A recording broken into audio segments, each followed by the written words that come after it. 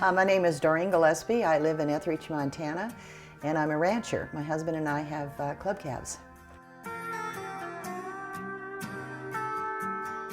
It seems like it's a never-ending process trying to stay ahead of the game because fuel right now is so expensive and equipment is so expensive, and it's a challenge because that never seems to fluctuate where agriculture prices definitely do. There's always something that needs to be replaced or fixed. Mark Enneberg, and my parents own this property. People were here from the homestead days. They didn't have enough income from the place to be able to pass it on. They had to sell it to retire. Oh, my name is Gary Enneberg. I lived here all my life. We run a mixed cattle and grain operation. It's a hard way of life, but it's also a very rewarding way of life. And having the NaturEner company here, it's nice to know that you have this added income coming in every 4 months that is absolutely reliable.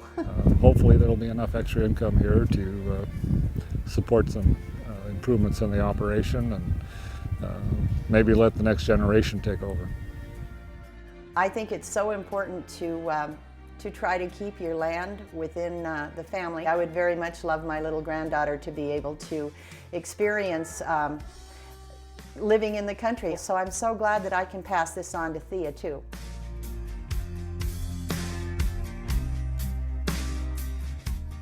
NaturEner is a great neighbor in Montana.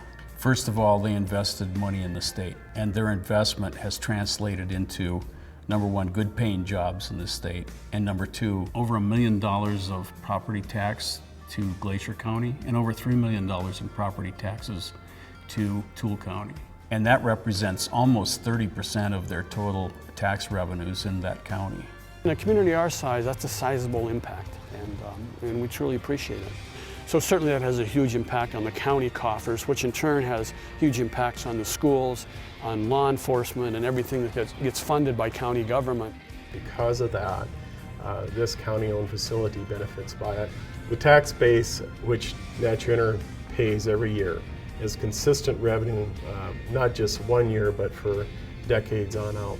Those dollars continually flowing into our community and allowing us to maintain a service, not just establish it, but maintain it over a long period of time for our local community here.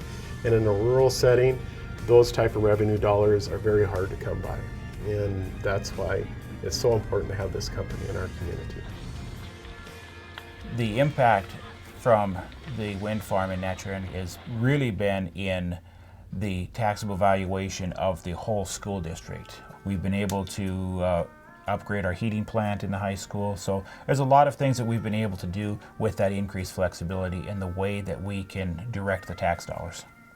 Another hat that I wear is the North Toole County Volunteer Fire Department Fire Chief, and they've worked directly with us and extended a hand to us asking what we can do for them or to help them and how they can assist us. NaturEner has been a great neighbor in that regard. They've been able to really assist the fire department and extend a hand to ask us how they can help us and how we can help them better. Community, I'm real strong on it. It means a lot to me on what the word means and what it actually entails. My name is Doug Embody. I'm the mayor for the city of Cut Bank. NaturEner has become an integral part of our community. They are at every function we have. When there's donations needed, they donate. You can count on NaturEner to be part of that, and that means a lot to a small community. I farmed for half of my life, and being a steward of the land is very, very important.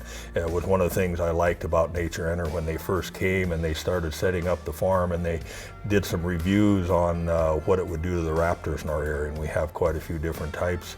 So when NaturEner got done looking at the studies, they moved the windmills away from our rim rocks and moved them inland further. That's just part of being a good neighbor, and they've done that in multiple other ways for our community and our area.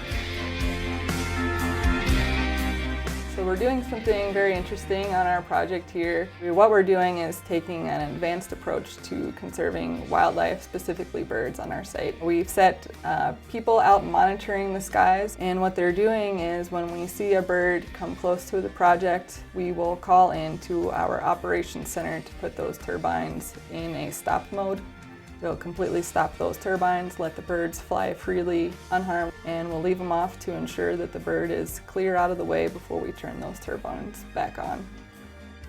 We also have a radar unit set up on site, and the radar unit is a unit that's used on a lot of airports or military bases, and basically what it has is it sends out a beam, and that's going to detect any moving targets in sight. So when we have birds coming in, moving in sight, it's going to pick up those birds and display on a screen.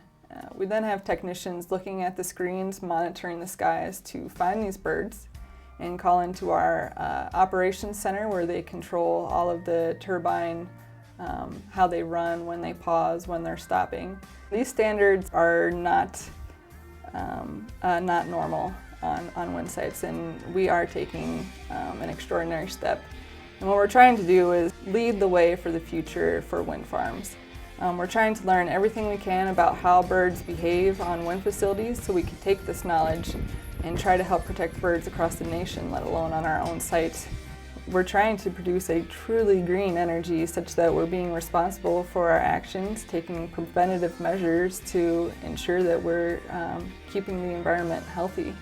I think that it's all of our responsibilities to conserve resources and preserve them for the future, and that's exactly what we're doing and providing it to everyone in the nation cleanly.